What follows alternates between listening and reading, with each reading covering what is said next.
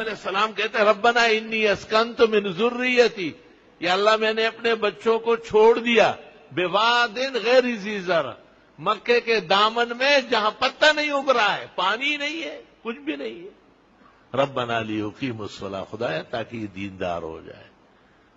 نماز پڑھیں گے تو دیندار ہوگا، نماز نہیں پڑھتا ہے پکا بے دین ہے، کروڑوں خرچ کرے اڑائے کچھ بھی کرے، اسلام نہیں ہے اس میں، جنت جانا حرام ہے۔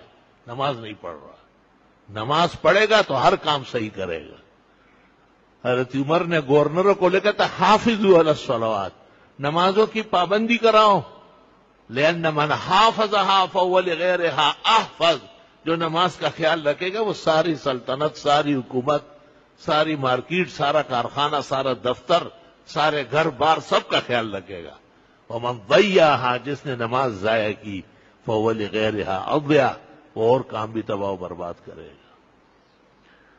آج معاشرہ اس لیے نقصان اٹھا رہا ہے کہ نمازی کم ہے، رہ گئی رسم ازاں روح بلالی نہ رہی، فلسفہ رہ گیا تلقین غزالی نہ رہی، واعظ قوم کی وہ پختہ خیالی نہ رہی، برق طبعی نہ رہی، شعلہ مقالی نہ رہی، اور مسجد مرثیاں خواہیں کہ نمازی نہ رہے، یعنی وہ صاحب اوصاف حجازی نہ رہے۔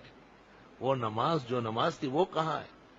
اس طرز اور ڈھب پر آپ مدرسوں میں، مسجدوں میں، جہاں تعلیم گاہیں ہیں، درس گاہیں ہیں، جہاں ابتدا سے انتہا تک کامل و اکمل طریقے سے اعلیٰ ترین مقالات و قرآن و سنت و فقہ پڑھایا جاتا ہے، وہاں آؤ تو حجازی الطاف اور اوصاف پر مشتمل نماز نصیب ہو جائے۔